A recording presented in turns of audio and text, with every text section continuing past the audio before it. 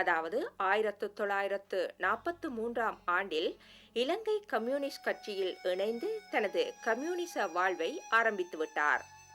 பாராளுமன்ற அரசியலின் கவர்ச்சி காரணமாக பல இடதுசாரி தலைவர்கள் தமது கொள்கையில் இருந்து பிறழ்ந்து வர்க்க சமரசம் செய்து கொண்ட போதிலும் தனது பாதையை மாற்றிக்கொள்ள விளையாத சண்முகதாசனின் நிதான போக்கே இன்று அவரை ஒரு சிறந்த கம்யூனிஸ்டாக முன்னிலைப்படுத்தியுள்ளது.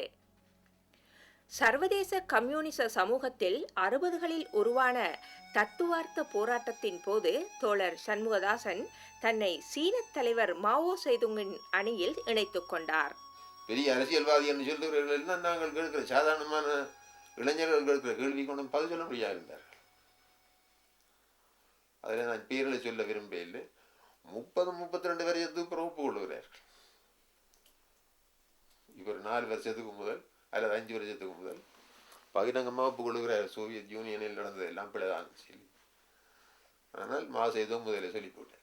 இதற்கான கட்சி விளக்கம் எல்லாம், அதாவது புறபகண்டா என்ற வகையில், நாங்கள் பிரச்சாரம் என்ற வகையில் தோழர் சண்முகதாசன் அருமையான கருத்துக்களை, ஆணித்தரமான கருத்துக்கள் எல்லாம் வைத்தார். அது நிகராக ஈடாக ஒரு தரம் ஒன்றுமே ஒரு கருத்தை எதிர்கருத்தை வைக்கிறதற்கு வாய்ப்பளிக்க முடியாத வகையிலே அவர் சொன்னார். அதுதான் நடந்தது. இலங்கை பூராவும் இருந்த மார்க்சிய புத்திஜீவிகளுக்கு அரசியல் ஆசானாக திகழ்ந்த தோழர் சன் அவர்கள் மார்க்சியம், லெனினிசம் ஆகியவற்றை மக்கள் மத்தியில் பரப்புவதற்கு பணியாற்றிய மிக முக்கிய இலங்கை தலைவர் என்பது குறிப்பிடத்தக்கது.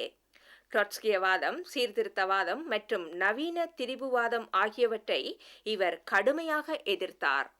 தோழர் சண்முகதாசனின் தத்துவார்த்தம் அவரது குடும்ப வாழ்விலும் வியாபித்திருந்தது என்று கூறுகிறார் அவரது மருமகன் டாக்டர் MS தம்பிராஜா. தன்னுடைய அரசியல் அவருடைய தனிப்பட்ட வாழ்க்கையையும் வியாபித்திருந்தது என்று சொல்ல வேண்டும். குடும்ப விஷயமானாலும் சாதாரண சடங்குகள் என்றும் சரி, அவரது தத்துவார்த்த பார்வை, அவர் முழுமையாக நம்பிய அந்த தத்துவார்த்தம் ஊடுருவி இருப்பதை காணக்கூடியதாக இருந்தது. இதற்காக நான் உங்களுக்கு சில உதாரணங்களை சொல்ல முடியும். தனது வாழ்க்கையில் ஷன் பொருள் சேர்த்து வைக்கவில்லை. அவர் எந்த ஒரு கட்டத்திலையும் அவர் ஒரு அலவன்ஸாக சம்பளம் பெற்றாரை ஒழிய சம்பளத்துக்காக அவர் வாழ்க்கையில் எப்போதும் வேலை செய்ததே இல்லை. ஒரு மனிதன் தனது முழு வாழ்க்கையும் அந்த அம்மாதிரி பொருள் சம்பாதிக்காமல் கடத்த முடியும் என்பது ஒரு நம்பக்கூடிய ஒரு விஷயம் அல்ல. ஆனாலும் ஷன்னை பொறுத்தவரையில் அது உண்மை. எனக்கு நன்றாகவே